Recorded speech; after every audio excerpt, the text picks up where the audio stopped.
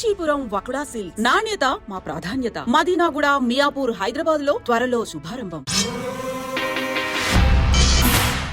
Hello and welcome to another episode of Ramuism. దర్శకులు రాజమౌళి గారి పేరు చెప్పగానే అందరూ అలర్ట్ మోడ్లోకి వెళ్ళిపోతారు. ఎందుకంటే ఆయన సినిమా బాగుందా బాలేదా, నచ్చిందా నచ్చలేదా అని చెప్పడానికి కూడా కొంచెం హెసిటేట్ చేస్తారు. రీజన్ ఏంటంటే ఆయనకి వరుసగా వచ్చిన కొన్ని సక్సెస్లు. కాబట్టి is a proven success icon. వీటితో పాటు పాత్ బ్రేకింగ్ విషయాలని ప్రవేశపెట్టారు కాబట్టి ఈజ్ అ ఫెనామినన్ అని చాలామంది అంటారు. బట్ ఈరోజు ఒక ఫిల్మ్ మేకర్ ఇంకో ఫిల్మ్ మేకర్ గురించి ఏమంటారో తెలుసుకోబోతున్నాం రామూయిజంలో. రామ్ గోపాల్ వర్మ గారికి రాజమౌళి గారు ఎలా కనిపిస్తారు అసలు? Let's talk to him. Ramu గారు, thank you so much as always.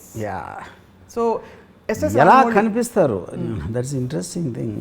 Because for me always అంటే నాకు ఒక ఇంటలెక్చువల్స్కి గడ్డం ఉంటుంది, యోగులకి కొంచెం తెల్లగడ్డం ఉంటుంది. అలా ఆ కాంటెక్స్లో ఐ థింక్ ఈ somewhere halfway in between. అంటే యోగి ఇంటలెక్చువల్ అవుతారంటే ఇంటలెక్చువల్ అవసరం లేదు. యోగి is a different point. But I think I'm only talking right now about the physical appearance. ఇప్పుడు నాకు okay one is a highly successful filmmaker, అంటే ఇమాజిన్ చేయలేనంత రేంజ్కి అది. More than that for me on a personal projection, that for me is I'm more fascinated. ఎందుకంటే ఒక చిన్న ఇది చెప్తాను మీకు. ఇప్పుడు మన సినిమా వాళ్ళు ఎవరైనా సరే, ఐఎమ్ సెయింగ్ వితౌట్ ఎక్సెప్షన్, ఎప్పుడైనా ఇప్పుడు if you look at it, వాళ్ళ సినిమా వస్తున్నప్పుడు వాళ్ళు కష్టపడి తీశారు, ఎంతో ఖర్చు పెట్టారు, అన్ని సంవత్సరాలు తీశారు, అన్నీ చేస్తారు. When they come to the pre-release function లేకపోతే పబ్లిసిటీ ఆ టైంకి మోస్ట్ కామన్గా మనం ఏం చూస్తాం, ఒకడు వస్తున్నావు కొడుతున్నావు అంటాడు, ఇంకోడేమో ఈ పండగ మాదే అంటాడు, ఇంకోటి వాట్లా కాదు ఇంక అంటాడు, షేక్ చేసేస్తాం, బాక్స్ ఆఫీస్ బద్దలు కొట్టేస్తాం. ఇలాంటి రకరకాల వర్డ్స్ వింటారు మీరు అందరు స్టార్స్, అందరు డైరెక్టర్స్ నుంచి. ఇంటిల్లి పాది చూస్తారు, మొత్తం ఫ్యామిలీ అందరికీ సూపర్ హ్యాపీ అయిపోతారు, ఇవన్నీ చెప్తాడు. Rajamouli is only person I never saw him say that. కానీ technically is only person who can say that and get away. ఎందుకంటే తనకున్న extraordinary track record, life career మొత్తంలో ఎప్పుడు ఫ్లాప్ తీయకపోవటం అనేది నాకు తెలిసి రాజమౌళి తప్పిస్తే ఎవరు లేరు ఇన్ ద హిస్టరీ. తను మాత్రం అనలేదు ఇప్పుడు. I never heard him saying, will just talk about his film, what it means and what it this and that. So then the point is, అది తన న్యాచురల్ పార్ట్ ఆఫ్ ది పర్సనాలిటీయా, లేకపోతే తను అది కల్టివేట్ చేసుకున్నాడా, లేకపోతే హంబుల్నెస్లో. ఇప్పుడు అంత పెద్ద సక్సెస్ వచ్చిన వాడికి ఆరోగెన్స్ ఉండకపోవడం అనేది it's not normal, it is not human, I feel. Okay, yeah. But is intelligent enough to hide that arrogance under the guise of humility అనేది, that is a debatable point depending on whether he is hiding. And but it doesn't make a difference. Eventually తను పర్సనల్గా ఏంటి తన ఇంట్లో వాళ్ళకి తెలియచ్చు, తనతో పనిచేసే వాళ్ళకి తెలియచ్చు, అది వేరే విషయం. Public projection of his personality as a public person in terms of his celebrity కాబట్టి I think that is one aspect. Okay, second aspect ఏంటి, వెన్ యూ ఇప్పుడు ఒక విజన్, ప్రతి డైరెక్టర్కి ఇంక్లూడింగ్ మీ ఒక సబ్జెక్ట్ ఏదో ఉంటుంది, ఇలాంటి సబ్జెక్ట్ తీద్దాం, ఇలాంటివి తీద్దాం. To constantly push the limits of the budget అనేది అది చాలా తక్కువ మందికి ఉంటుంది అలాంటి విజన్. Right, it's not that it is what was not there before. మీకు ఆ టైంలో ఈవెన్ బ్లాక్ అండ్ వైట్ డేస్లో కేఎస్ఎఫ్, ముఘల్ ఆజాం తీసి అంటే ఆ టైంలో అసలు ఇండియాలో ఎన్ని థియేటర్లు ఉన్నాయి, అసలు ఎంత బడ్జెట్తో తీస్తే వర్కౌట్ అవుతుంది అనే టైంలో కూడా అలాంటి సినిమాలు తీసుకుని ఉన్నారు. It is not there, it's not there.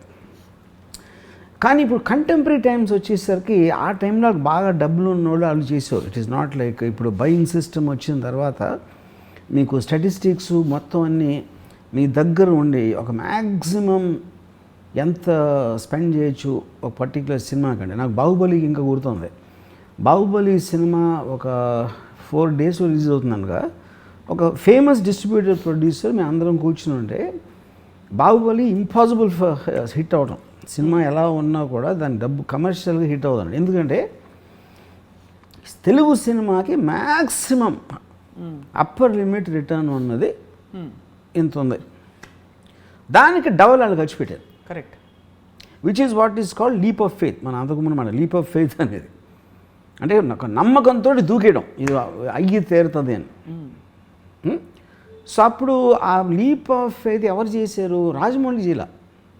రాజమౌళికి vision ఉంది, అండ్ రాజమౌళి సక్సెస్ రికార్డు తనకున్న టాలెంట్ని నమ్మి వేరే వాళ్ళు చేశారు, ఎవరు which are called producers. Right. అదే కాకుండా మీరు ఫస్ట్ పార్ట్కి అంత పెట్టి దాని లోపలే సెకండ్ పార్ట్ కూడా కమిట్ అయిపోయారు. That comes under extreme confidence. Extreme కాన్ఫిడెన్స్లో వర్కౌట్ అవుతుందా అంటే ఒక ఎగ్జాంపుల్ ఏంటి, Titanic also was done like that. Right. went far beyond the budget what they thought. At the same time, Waterworld and Kevin Costner తీసాడు. Kevin Costner was a celebrated director of Dances with Wolves. Waterworldతో studio మునిగిపోయింది మొత్తం. ఏ స్టూడియోతో produce చేసిందో Titanic తోటి అది వెళ్ళిపోయింది పైకి. Right. See, it could have happened. Correct. విజన్కి బ్లైండ్నెస్కి ఒక బ్లింక్ తేడా అని చెప్తారు. So I think that is one part. కానీ దాని వలన ఒక ఎక్స్ట్రాడినరీ ఎఫెక్ట్ ఏమొచ్చిందంటే సినిమా కంటెంట్ నచ్చితే ఆడియన్స్కి 2000 కోట్లు కూడా కలెక్ట్ చేయొచ్చు, 1500 కోట్లు చేయొచ్చు, 2000 కోట్లు చేయొచ్చు అనే ఒక రియాలిటీ ఫ్యాక్ట్ అనేది బయటకు వచ్చేసింది, which is what Rajamouli did. అది ఒక విధంగా extraordinary for the industry. Right. కానీ అక్కడ ఏమవుతుంది, ఇప్పుడు రాజమౌళి రేంజ్ మీకు టాలెంట్ కానీ తనకున్న ప్యాషన్ కానీ లేని వాళ్ళు వాళ్ళుట్టే ఫిగర్ చూశారు కానీ దేని వల్ల ఆడింది అనేది దాని దగ్గరికి వెళ్ళదు. అప్పుడు 500 కోట్లు ఖర్చు పెట్టగలరు కానీ లేకపోతే 450 వాళ్ళందరూ వెళ్ళి they started making films including the heroes.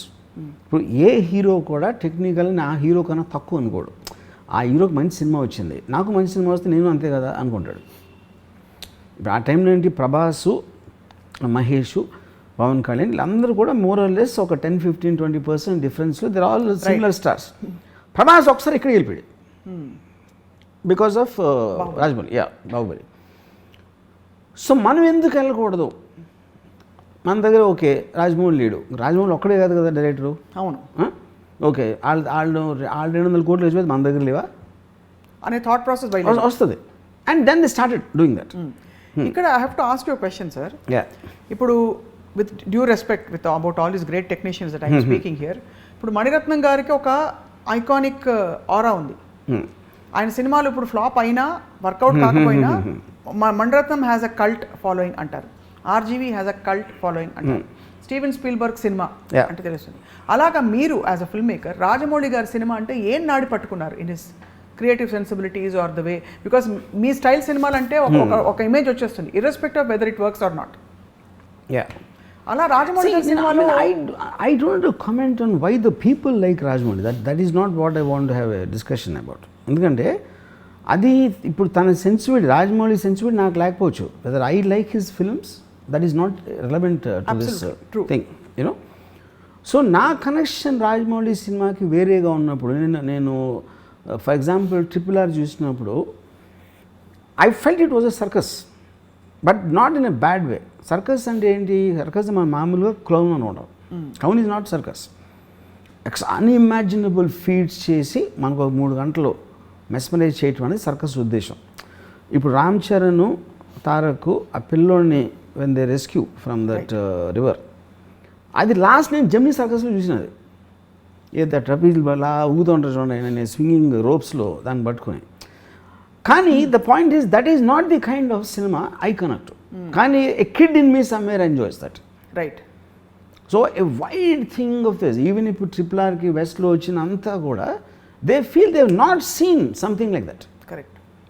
I don't think they consider RRR as a film. అంటే ఫస్ట్ ఆఫ్ ఆల్ ఫిల్మ్కి డెఫినేషన్ ఏంటనేది that's another point. Correct. It is not the story, it is not the relatability. Something you have not seen before ఏదో మన కళ్ళకు కనిపించింది.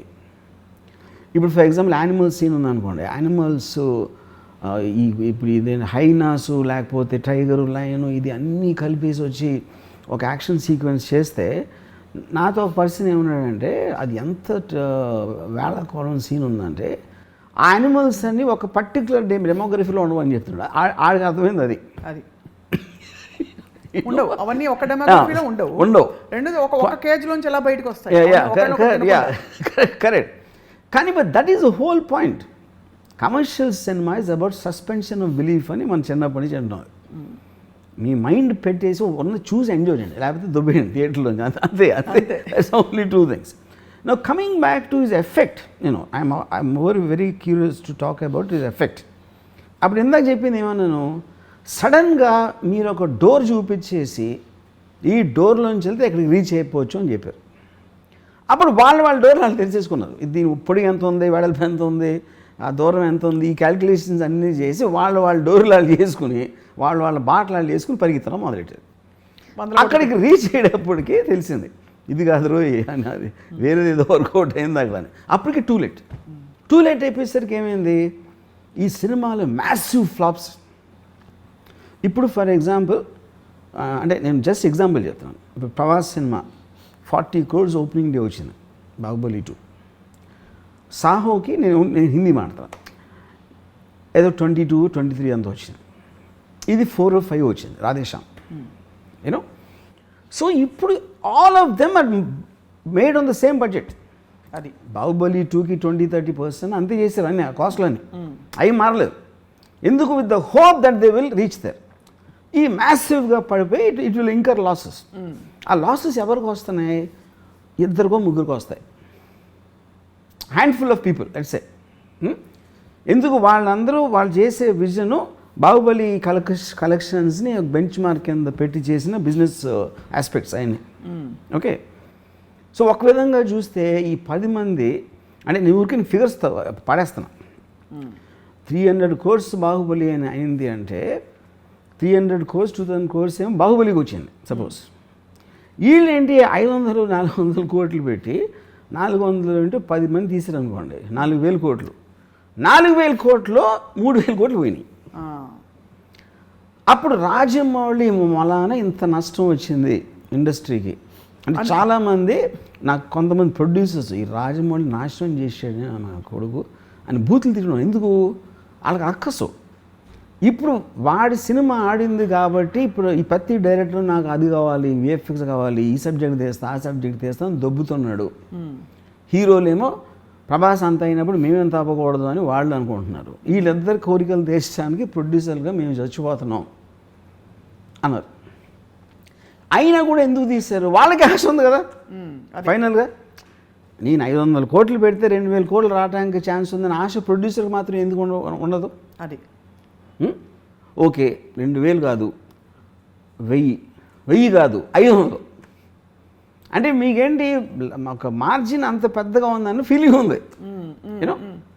ఇంకోటి, మీరు రూమ్లో ఉన్నప్పుడు మీ కథ మీకు బాహుబలి కథ కన్నా బాగుంటుంది, RRR కన్నా బాగుంటుంది. మీరు రూమ్లో ఉన్నప్పుడు చేయొచ్చు అనిపిస్తుంది. మనం ఆ విఎఫ్ఎక్స్ తీసుకొస్తే మనం ఈయన తీసుకొద్దాం, ఫాస్ట్ అండ్ ఫ్యూరియస్ చేసినోడిని, లేకపోతే నో టైమ్ టు డై చేసినోడిని, లేకపోతే అవెంజర్స్ చేసినోడిని. అది మార్చేటప్పటికి వాళ్ళు మొత్తం అంతా అయిపోతుంది అని ఫీలింగ్ వస్తుంది. ఇది కూడా actually it was not like a new thing. Sholay వచ్చినప్పుడు జరిగింది అది. అప్పుడు ఒక చాలా పెద్ద producer, forgot his name, burning train అని తీసాడు ఒక సినిమా. అవును, గుర్తుంది. బర్నింగ్ ట్రైను వాళ్ళు అప్పుడు ఆ మిక్సింగ్ అంతా లండన్లో చేసినప్పుడు ఆ ప్రొడ్యూసర్ మాటికి ఫోన్ చేసి ఆ టెక్నీషియన్స్ అందరూ షోలేలో పనిచేశారు, సౌండ్ వాళ్ళు. ఆ సౌండ్ కూడా చెప్పాడు నాకు ఎలా ఉంది సినిమా అంటే చాలా బాగుంది సార్. షోలేలాగా ఆడుతుందా, షోలే కానీ ఎక్కువ ఆడుతుందా చెప్పమన్నాడు అండి. అదేమో డిజాస్టర్, అది బర్నింగ్ ట్రైన్ ఫైనల్గా. సో ఇది ఎప్పుడు జరిగింది, not like the first time. But ఇప్పుడున్న నంబర్స్, స్కేలు, దాని sound in the social media, that is where the whole point is. అది ఓకే. సో ఇప్పుడేంటి, ఒకలాగా చూస్తే రాజమౌళి మూలాన ఇండస్ట్రీకి 10,000 కోట్లు నష్టం వచ్చింది అనుకుందాం ఒక నిమిషం. కానీ అక్కడ ఒక ఇదేంటంటే స్ట్రేంజ్ థింగ్, 10,000 కోట్ల నష్టం రాలేదు. 10,000 కోట్ల నష్టం 2-3 వచ్చింది, 2, 10, 100, 20. డబ్బులని ఇండస్ట్రీ ఎప్పుడు పావు, దట్ ఈస్ ఎ మిస్కన్సెప్షన్. ఎవరైనా ఒకటి జేబులో ఇంకోటి జేబులో కాదు. మీకు 400 కోట్లు ఖర్చు అయినది అంటే ఏంటి దాని అర్థం? మీరు ఆర్టిస్టులకి ఇచ్చారు, టెక్నీషియన్స్కి ఇచ్చారు, వెండర్స్కి ఇచ్చారు, వర్కర్స్కి ఇచ్చారు, జూనియర్ ఆర్టిస్టులకి ఇచ్చారు.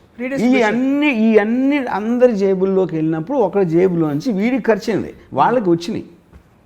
Okay, they created employment for them. వీళ్ళ జేబుల్లో ఎక్కువగా 400 కోట్లు ఎవడో ఖర్చు పెట్టారు? ఉన్నోడే ఖర్చు పెట్టేది కదా. అవును. ఐదర్ ఉన్నోడు ఖర్చు పెట్టగలుగుతాడు, లేకపోతే రేజ్ చేసే కెపాసిటీ ఉన్నోడు ఖర్చు పెట్టగలుగుతాడు. సో వాడి నుంచి అందరికీ వెళ్ళినాయి. అప్పుడేంటి, రాజమౌళి తనకి తను తెలియకుండానే ఒక ఎక్స్ట్రాడినరీ చారిటీ చేశాడు. ఇది రాజమౌళి జేబు నుంచి వెళ్ళదు అది. కానీ రాజమౌళి మూలాన వీళ్ళు ఇన్స్పైర్ అయ్యి వాళ్ళు ఏదో చేద్దామని వాళ్ళ డబ్బులని వేరే వాళ్ళకి దానం ఇచ్చారు. ఈ తప్పు రాజమౌళి గారు అంటారు. తప్పు is not the point. By default is actually making people spend money for the sake of other people, not for themselves. అది ఇప్పుడు మీకు ఎప్పుడైనా కేపిటలిజం అనేది నడిచేది గ్రీడ్తో. నాకేం కావాలి, నేనే డబ్బున్న అవ్వాలి. డబ్బున్నోడు ఎప్పుడు ఏం చేస్తాడు, నా డబ్బు ఇన్వెస్ట్ చేసినప్పుడు నాకు ఇంకా డబ్బు రావాలి అని గ్రీడ్ ఉంటుంది. అవును, ఓకే. ఆ గ్రీడ్ తోటి ఒకే సినిమాతో 2,000 కోట్లు కొట్టేద్దాం, 500 కోట్లు ఖర్చు పెడితే 2,000 కోట్లు వచ్చేస్తుంది అనే గ్రీడ్ తోటి ఇన్వెస్ట్ చేశాడు. ఈ 500, 400 కోట్లు పోయినాయి అనుకోండి సపోజ్. ఈ 400 కోట్లు వేరే వాళ్ళ దగ్గరికి వెళ్ళి అప్పుడు మంచి జరిగినట్టే కదా. అవును, which is what the whole point of society. సొసైటీలో ఎంతో కొంత సమానత్వం ఉండాలి, ఒకే ఒక్కరి దగ్గర ఉండిపోకూడదు. Money should not be concentrated on a few people అనేది ఒక బిలీఫ్ సిస్టమ్ ఉంది. మీకు అప్పుడు ట్రికల్ డౌన్ ఎకానమీలో వాళ్ళ ఇన్వెస్ట్మెంట్లో వస్తూ ఉంటుంది అలా కిందకి. అది తప్పకుండా.